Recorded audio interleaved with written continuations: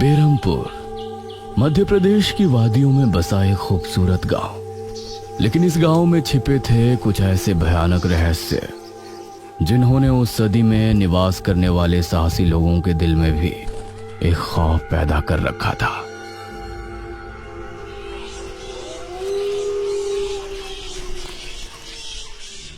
आज तो बहुत दिनों के बाद मित्रों से मिलना हो रहा है, बहुत आनंद आएगा। अरे मदन, कहाँ जा रहा है इस समय? पिताजी, मेरे मित्रों से इतने दिनों बाद मिलना हो रहा है। वो सुबह होने पर वापस नगर चले जाएंगे। अरे तुझे पता नहीं क्या, आज शनिवार की रात है। आज के दिन निशिर मोलो गांव में घूमते हैं। पिताजी, चाहे निशिर मोलो आए या नरकासुर, मुझे आज मेरे मित्रों से मिलने से कोई नहीं रोक सकता। ठीक है, लेकिन ध्यान रहे, जैसे ही तुमको उनके कदमों की आहट सुनाई दे और उनका वो मंत्र जिसको वो दोहराते हुए आगे बढ़ते हैं, तो उन्हें बिना देखे किसी ऐसी जगह छिप जाना जहां से ना वो तुमको देख सके ना तुम उनको। और जब तक उनकी आवाज आना बंद ना हो जाए, उनके सामने नहीं आना। वो 4 भयानक आदमी होते हैं जो अपने कंधों पर एक ताबूत को उठाए होते हैं, और अगर कोई उन्हें देख ले तो वो जिंदा नहीं बचता। मुझे पता है पिताजी, अब मैं चलता हूँ। यह कहकर मदन घर से निकल गया, लेकिन उसके पिता के चेहरे पर उसकी फिक्र साफ नजर आ रही थी। निशिर मोलो आ जाएंगे और साथ ले जाएंगे। ऐसा लगता है कि हमारे गांव के लोग अभी भी दूसरी सदी में जी रहे हैं। वो तेज तेज कदमों के साथ आगे बढ़ रहा था। कुछ देर बाद उसे जंगल की तरफ एक पगडंडी वाला रास्ता नजर आया। यहां से जाऊंगा तो जल्दी पहुंच जाऊंगा, यहीं से आगे बढ़ता हूं। बिना ज्यादा सोचे वो जंगल के अंदर बने उस पगडंडी वाले रास्ते पर आगे बढ़ गया।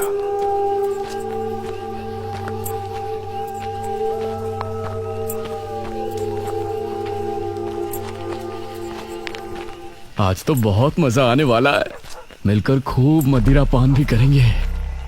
तभी उसे भारी कदमों की आहटों के साथ कुछ आवाजें सुनाई देने लगी। इन आहटों और आवाजों को सुनकर वह एकदम से चौंक पड़ा और उसकी आंखें डर से बड़ी हो गईं।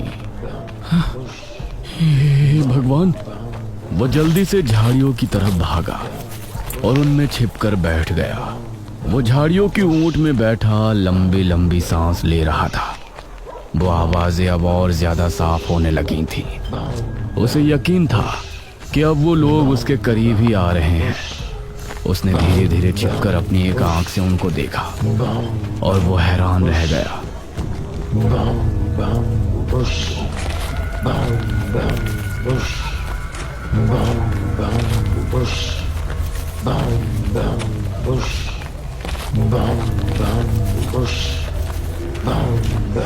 हे भगवान, मैंने इन्हें देख लिया। हाँ। मदन पूरी तरह से झाड़ियों में छिप गया और कुछ देर अपनी सांस तक रोके वहां छिपा रहा। फिर उसने धीरे से झांक कर देखा तो अब वो लोग कहीं नजर नहीं आ रहे थे। लगता है चले गए। वो वहां से निकला और दोनों तरफ देखा तो वहां कोई नजर नहीं आया। शुक्र है भगवान, उसने एक कदम बढ़ाया ही था कि तभी उसे फिर से वही आवाजें अपने ठीक पीछे से सुनाई देने लगी।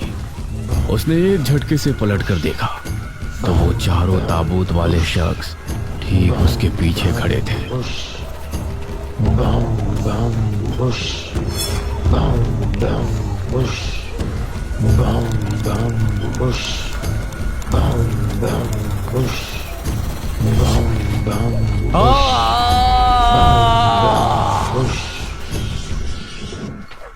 इस तरफ जब देर रात भी मदन वापस नहीं लौटा तो उसके पिता को उसकी चिंता होने लगी। उसने गांव के एक आदमी विपुल को साथ लिया और जंगल की तरफ रवाना हुआ।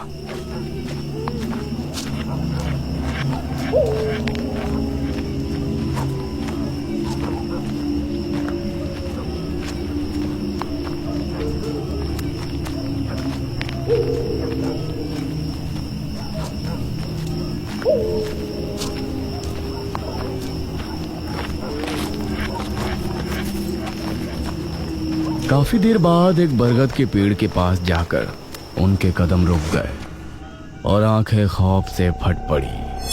उन्होंने मदन को रहस्यमयी परिस्थिति में पाया।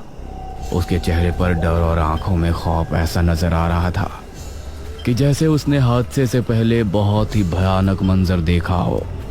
मदन! 400 साल बाद अंधेरा जंगल, सुनसान रास्ता, चारों तरफ सिर्फ पेड़ पौधे और कोहरा। मेघना उनके बीच अकेली खड़ी थी। कोई है क्या? यहाँ कोई है? उसने कुछ कदम आगे बढ़ाए। उसके सवाल का कोई जवाब तो उसे नहीं मिला, लेकिन कुछ टपकने की टप टप की आवाज अब उसे बराबर आ रही थी। मैं यहाँ क्या कर रही हूँ? कौन लाया है मुझे यहाँ पर? वो खुद को वहां पाकर बहुत परेशान थी। तभी उसने देखा कि कोई चीज उड़ती हुई उसी की तरफ आ रही है। वो उसे हैरानी से देखने लगी। पास आने पर पता चला कि वो कोई विशालकाय भयानक पक्षी था। बचाओ! मेघना उससे बुरी तरह से डरकर भागने लगी और वो उसका पीछा कर रहा था। मेघना ने उसे पीछे पलटकर देखा तो वो उसको पकड़ने ही वाला था, लेकिन तभी मेघना एक पेड़ से टकराई। उसने देखा कि उस पेड़ से हरे रंग का पानी टपक कर नीचे गिर रहा था। मेघना उस हरे पानी को गौर से देख रही थी। तभी अरे ओ मेघना, उठ जा यार, कब तक सोएगी? मेघना आंखें मलते हुए नींद से जागी। उसने देखा कि सुबह के 9 बज चुके थे। ओह शिट, हम तो लेट हो गए। तूने मुझे उठाया क्यों नहीं? मेघना अपनी एक पार्टनर इशिता के साथ दिल्ली में रह रही थी, जहां वो एक लैब में काम किया करती थी। दोनों ने साथ नाश्ता किया और फिर तैयार होकर अपनी लैब के लिए निकल गई।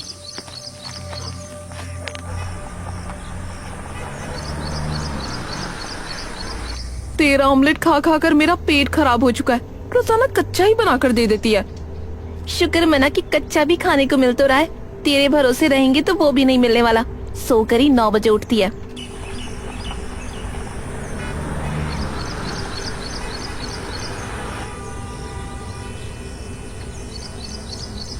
ये दोनों लैब में पहुंची और वहां जाते ही इशिता के पास प्रोफेसर जयदेव की कॉल आई।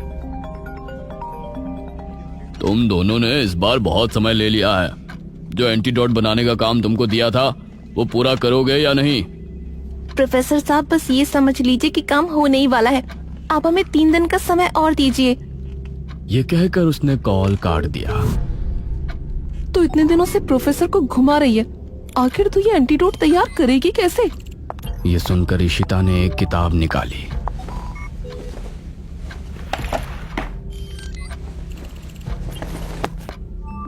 यार देख ये किताब, इसमें बहुत से ऐसे लिक्विड के बारे में लिखा है जिनकी कहानी पुरानी दंत कथाओं और लोक कथाओं से जुड़ी है। तो तू कहना क्या चाहती है? मुझे इस किताब में बहुत ही अनोखे लिक्विड के बारे में पता चला है, जिसे मृत्युंजय अमृत कहते हैं। हम उस लिक्विड का टेस्ट करेंगे और अगर वो हमारे काम का निकला तो उसे यूज भी कर सकते हैं। मृत्युंजय अमृत? देख, मैं तेरे साथ कहीं नहीं जाने वाली हूँ। ये सब बातें बकवास होती हैं। अरे देख तो सही, इस पेड़ से हर पूर्णमासी की रात ये हरा लिक्विड टपकता है। तभी मेघना ने देखा कि उस पन्ने पर किसी मृत्युंजय अमृत के बारे में लिखा था और उसमें ठीक वही पेड़ दिखाया गया था जो मेघना रोजाना अपने सपने में देखा करती थी। मतलब उस हरे पानी की बात ही इस किताब में लिखी थी। हे भगवान, क्यों हिला डाला ना? है ना इंटरेस्टिंग? मेघना ने कुछ सोचा और फिर जवाब दिया, हाँ। तो हम दोनों कल ही बीरमपुर गांव के लिए निकलते हैं।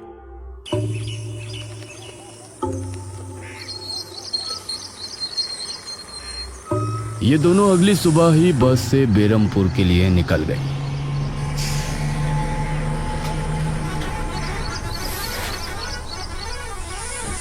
वैसे एक बात बता, तू मेरे साथ वहाँ जाने के लिए एक ही बार में कैसे राजी हो गई? मेघना ने सच को छिपाते हुए कहा, ऐसी अनोखी चीज देखने के बाद भला कौन नहीं होगा जो इसको देखना नहीं चाहेगा? ओहो, ये हुई ना बात। मैंने तुझे पार्टनर बनाकर कोई गलती नहीं की।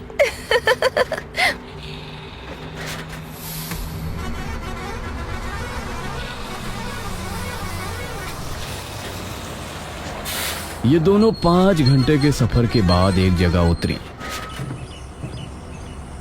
इनके ठीक सामने एक बड़ा सा गेट था जिस पर नाम लिखा था बेरमपुर।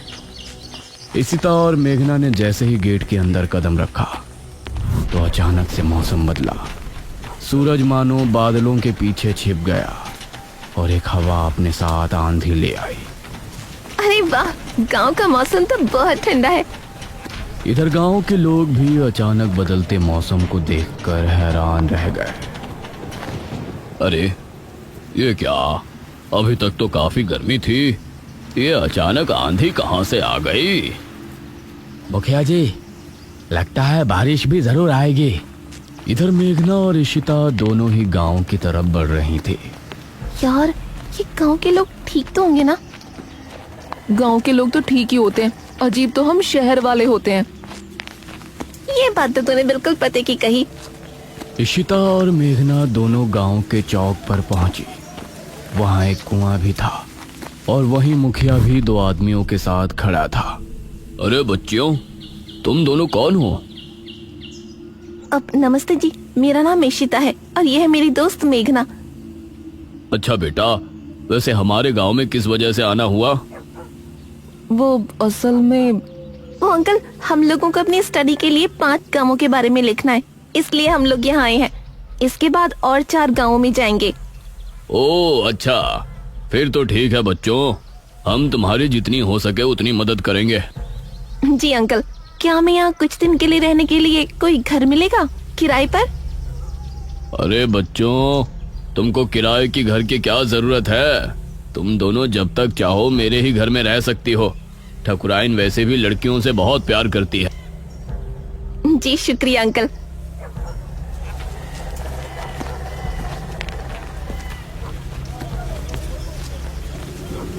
मुखिया इशिता और मेघना को अपने घर ले आया।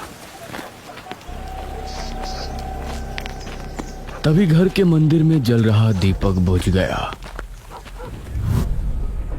अजी सुनती हो ठकुराइन? जी आई। ठकुराइन कमरे से बाहर आई। नमस्ते आंटी। नमस्ते बेटा। ओ जी, ये प्यारी प्यारी बच्चियां कौन है? ये दोनों शहर से अपनी पढ़ाई के सिलसिले में आई हैं। हमारे गांव के बारे में लिखना चाहती हैं। वो क्या होता है रे, वो रिसर्च करने आए हैं। तभी वहां पर एक और लड़का आया। क्या कहा? हमारे गांव पर रिसर्च? इशिता और मेघना ने उसे देखा। भला हमारे बेवकूफ गांव में आपको क्या मिल सकता है? ये सुनकर इशिता और मेघना हैरान रह गई। चुप करो अनुज, ऐसे कोई अपने गांव में बोलता है क्या? ये मेरा बेटा है अनुज। अनुज ने मेघा और इशिता की ओर देखा और उन्हें हाथ जोड़कर नमस्ते किया। नमस्ते बेटा अनुज, जरा इन दोनों को वो खाली कमरा दिखा दो जो तुम्हारे कमरे के बराबर में है। ठीक है पिताजी, आओ देवियों। देवियों? अनुज कॉरिडोर से होते हुए उनको कमरा दिखाने ले जाने लगा। इसी समय गांव के मंदिर में बैठा पुजारी भगवान की आरती कर रहा था। तभी अचानक से दिया बुझ गया। ये संकेत तो ठीक नजर नहीं आ रहे। हे प्रभु, रक्षा करना। वैसे आप लोगों को रिसर्च करने के लिए यही गांव मिला था? अरे हम लोगों को 5 गांवों के बारे में लिखना है, तो इसीलिए जो भी गांव पास दिखा चले आए। इसके बाद और किसी गांव में जाएंगे। अच्छा, वैसे यहाँ कुछ ऐसा है जो कि रहस्यमय या ऐतिहासिक हो? हाँ है ना, एक राजमहल। राजमहल यहाँ? हाँ, 400 साल पहले जो यहाँ के राजा हुआ करते थे, उनका महल। वैसे अनुज, क्या तुम हमें उस महल में लेकर चलोगे? हाँ, तुम लोग जाना चाहोगी तो जरूर। तो ठीक है, रात को जब सब सो जाएंगे तो हमें वहाँ ले चलना। यह सुनकर मेघना इशिता को हैरानी से देखने लगी। रात के समय तुम लोग मजाक तो नहीं कर रहे? नहीं, हम तो चलने को तैयार हैं। तुम्हें डर लग रहा है तो बताओ। मेरा गांव है ये, मुझे क्यों डर लगेगा? ठीक है, ले चलूंगा, लेकिन पिताजी को और माँ को पता नहीं चलना चाहिए। ग्रेट। तो बताओ किस टाइम आ रहे हो? 12 बजे तक पिताजी और माँ दोनों सो जाएंगे। मैं उसी समय तुम लोगों को ले आऊंगा। हाँ सही है। ये कहकर अनुज ने उन्हें कमरे में छोड़ा और वहां से चला गया। ये क्या? हम तो उस मृत्युंजय अमृत के बारे में पता करने आए थे ना। अब हम ये राजमहल क्यों जा रहे हैं? अरे उसको सीधा पूछते तो उसे शक हो जाता ना। आज हम राजमहल चलते हैं और फिर कल उसे जंगल जाने को कहेंगे और वहाँ जाकर बातों ही बातों में उसे मृत्युंजय अमृत के बारे में पूछेंगे। ये सही है। इस तरफ गांव के लोग मौसम के बदलती ठंड से बहुत हैरान थे। पुजारी बार बार आसमान की तरफ देख रहा था, जहां उसे काला अंधेरा इधर उधर घूमता हुआ नजर आ रहा था। करीब 12 बजे जब मुखिया और उसकी पत्नी गहरी नींद में थे तो अनुज कमरे से निकला। अरे लगता है आ गया। इशिता ने उठकर दरवाजा खोला। हाय अनुज। तुम लोग तैयार हो? हाँ चलो, हम तो रेडी हैं। तो चलो। अनुज इनको लेकर घर से निकला और इन्होंने 2 गलियां पार कर ली थी। उफ, तुम्हारे गांव में हवा इतनी ज्यादा चलती है क्या? रोज तो नहीं चलती, लेकिन शहर की 2 लड़कियों के साथ लगता है उनके शहर का प्रदूषण भी आंधी के रूप में साथ आ गया। कुछ देर चलने के बाद ये तीनों एक बड़े से राजमहल के सामने खड़े थे, जिसे देखकर मेघना को कुछ याद आने लगा।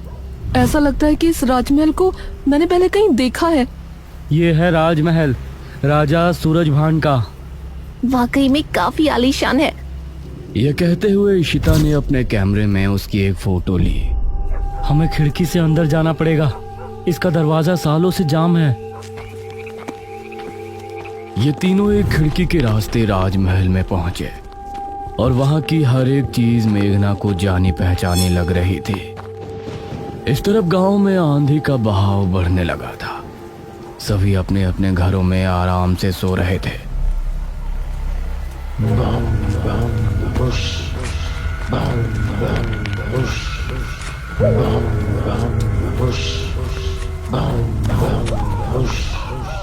अरे ये आवाज तो निशिरमोलो। गांव के सभी लोगों के दिलों में खौफ उतर आया।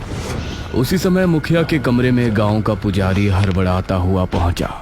मुखिया जी उठिए। मुखिया चौंकता हुआ नींद से जागा।